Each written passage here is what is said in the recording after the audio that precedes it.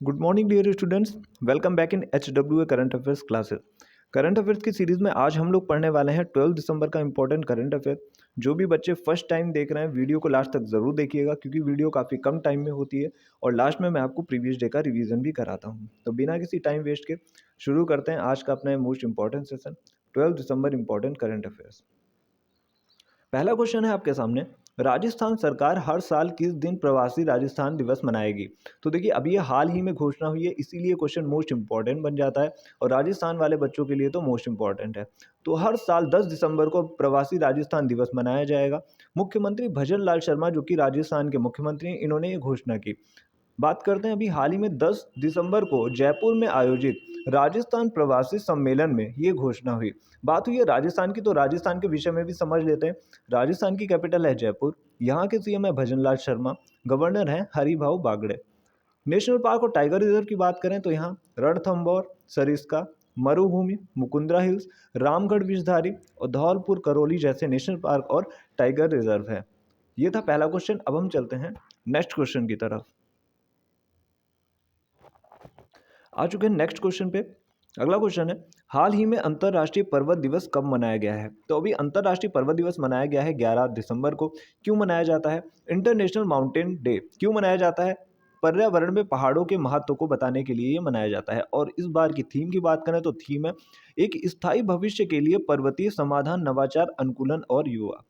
अब हम related topics की बात करें तो इससे हम एक और चीज़ रिलेटेड पढ़ने वाले हैं, जो अपने 7 महाद्वीप हैं उनकी कौन सी चोटी सबसे ऊंची है। अफ्रीका महाद्वीप की बात करें तो वहाँ माउंट किलिमंजारो सबसे ऊंची चोटी है। यूरोप की बात करें तो वहाँ की माउंट एल्ब्रूस जो चोटी है सबसे ऊंची है। नॉर्थ अमेरिका की बात करें तो वहाँ माउंट मैकिनले है। साउथ अमेरिका की बात करें तो यहाँ माउंट एकांकागुआ है।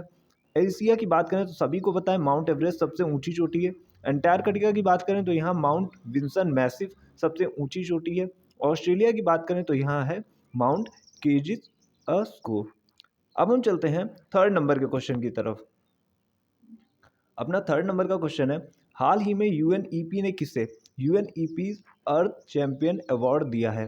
तो ये मिला है माधव गॉडगिल को। तो ये इन्हें लाइफ टाइम अचीवमेंट पुरस्कार के रूप में मिला है।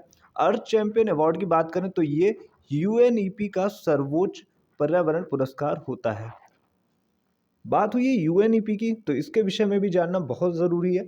यूएनईपी की फुल फॉर्म होती है यूनाइटेड नेशन एजुकेशनल प्रोग्राम।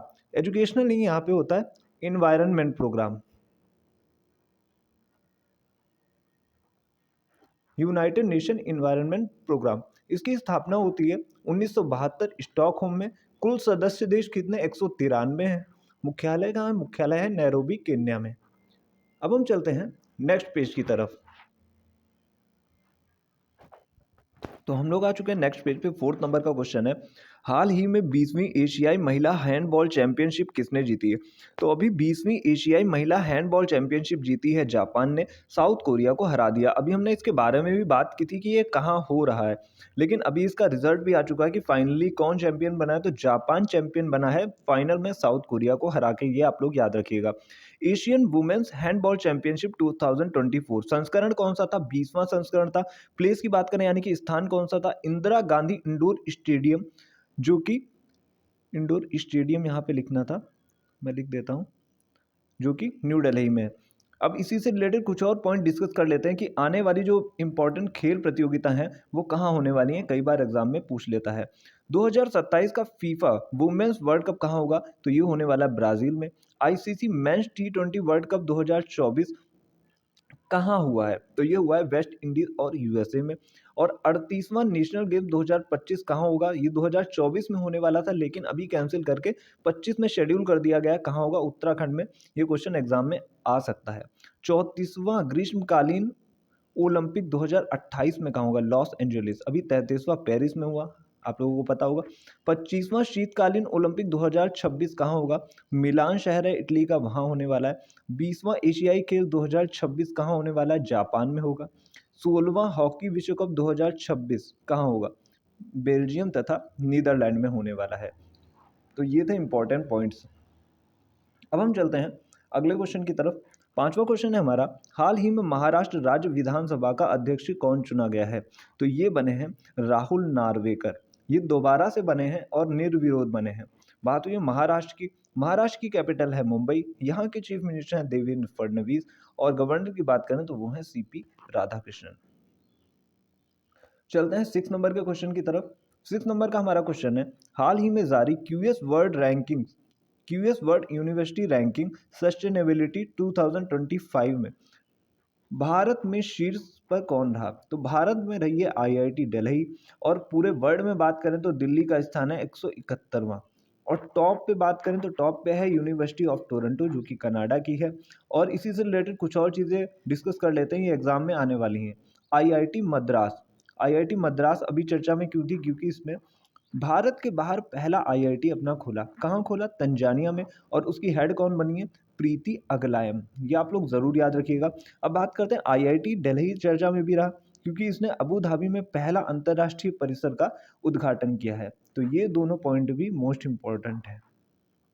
अब हम चलते हैं 7वें क्वेश्चन की तरफ। 7वां क्वेश्चन है हमारा, हाल ही में यूनिसेफ का स्थापना दिवस मनाया गया। तो ये मनाया गया है 11 दिसंबर को। यूनिसेफ की बात करें तो फुल फॉर्म होती है यूनाइटेड नेशन चिल्ड्रंस फंड। स्थापना हुई थी 11 दिसंबर 1946 को। हेडक्वार्टर की बात करें तो हेडक्वार्टर है न्यूयॉर्क में। अब हम चलते हैं नेक्स्ट पेज की तरफ। आ चुके हैं नेक्स्ट पेज पे। 8वें नंबर का क्वेश्चन है, हाल ही में जेम यानी कि गवर्नमेंट ई मार्केट प्लेस को पूर्णतः लागू करने वाला पहला राज्य कौन बना है? तो ये बन गया है उत्तर प्रदेश।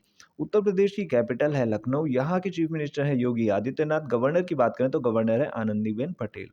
9 नंबर का क्वेश्चन है, हाल ही में यूनेस्को ने किस देश की चावल से बनी शराब साके को सांस्कृतिक विरासत का दर्जा दिया गया है? तो देखिए, चावल से बनी हुई शराब जो साके है ये मिलती है जापान में, जहाँ पे जो सबसे रिफाइंड चावल होता है, सबसे उन्नत क्वालिटी का चावल होता है, उससे ये शराब बनाई जाती है। हांडियों में रख के मिट्टी के नीचे दबा के बनाई जाती है। और अभी यूनेस्को ने इसको सांस्कृतिक विरासत का दर्जा दिया है क्योंकि इसको बनाने का ढंग जो है काफ़ी पुराना है, हज़ारों साल पुराना है इसीलिए। यूनेस्को की बात करें तो फुल फॉर्म होती है United Nation educational, scientific and cultural organisation. स्थापना होती है 16 नवंबर 1945 को। हेडक्वार्टर की बात करें तो हेडक्वार्टर है पेरिस, फ्रांस में। अब हम चलते हैं अगले क्वेश्चन की तरफ। अगला क्वेश्चन है हमारा, राज्यसभा के सभापति को किस अनुच्छेद के तहत पद से हटाया जाता है? तो ये इंपॉर्टेंट क्यों है ये भी मैं आपको बताऊंगा। पहले आप जान लीजिए, राज्यसभा के जो सभापति होते हैं वो अपने उपराष्ट्रपति होते हैं और इनको आर्टिकल 67 बी के तहत हटाया जा सकता है। अभी हुआ क्या है मैं आपको बताता हूँ कि जो इंडिया अलायंस जो अपोजिट पार्टी है, बीजेपी के अपोजिट है, तो उन्होंने उपराष्ट्रपति के खिलाफ जो है अविश्वास प्रस्ताव सदन में पेश किया है। पहली बार ये हुआ है इतिहास में। तो आर्टिकल 64 क्या कहता है कि उपराष्ट्रपति जो है राज्यसभा का पद सभापति होगा, और राज्यसभा में पहली बार उपराष्ट्रपति को हटाने हेतु तो अविश्वास प्रस्ताव पेश किया गया। किसके सामने? पीसी मोदी के समक्ष पेश किया गया, जो कि राज्यसभा के महासचिव हैं। आज के लिए करंट की क्लास में इतने ही क्वेश्चन आपके लिए मोस्ट इंपॉर्टेंट थे। अब हम चलते हैं रिवीजन पार्ट की तरफ। तो हम लोग आ चुके हैं रिवीजन पार्ट की तरफ, जो कि 11 दिसंबर का करंट अफेयर है। पहला क्वेश्चन है, हाल ही में WTA वर्ष की सर्वश्रेष्ठ खिलाड़ी 2024 किसे चुना गया? तो ये चुना गया है आरेना सबेलेंका को, जो कि बेलारूस की रहने वाली हैं। अब हम चलते हैं अगले क्वेश्चन की तरफ। आ चुके हैं अगले क्वेश्चन में, हाल ही में JC डेनियल पुरस्कार 2023 से किसे सम्मानित किया गया? तो ये मिला है साजी एन करुण को। अगले क्वेश्चन पे चलते हैं, हाल ही में विश्व मानवाधिकार दिवस कब मनाया गया? तो ये मनाया गया है 10 दिसंबर को। चलते हैं 4th नंबर के क्वेश्चन की तरफ। हाल ही में गृह मंत्री अमित शाह ने कहा सरदार पटेल की 11 फीट ऊंची प्रतिमा का अनावरण किया है? तो इन्होंने जोधपुर में किया, जिसकी ऊंचाई कुल 11 फीट है और वजन की बात करें तो वो है 1100 किलो। जिन बच्चों को देखिए इसको डिटेल में देखना है तो वो फुल वीडियो देखें। मैं यहाँ पे कम टाइम में लेके चलता हूँ, इसीलिए क्वेश्चन फिर डायरेक्ट उसका आंसर बताता हूँ। अब हम चलते हैं नेक्स्ट पेज की तरफ।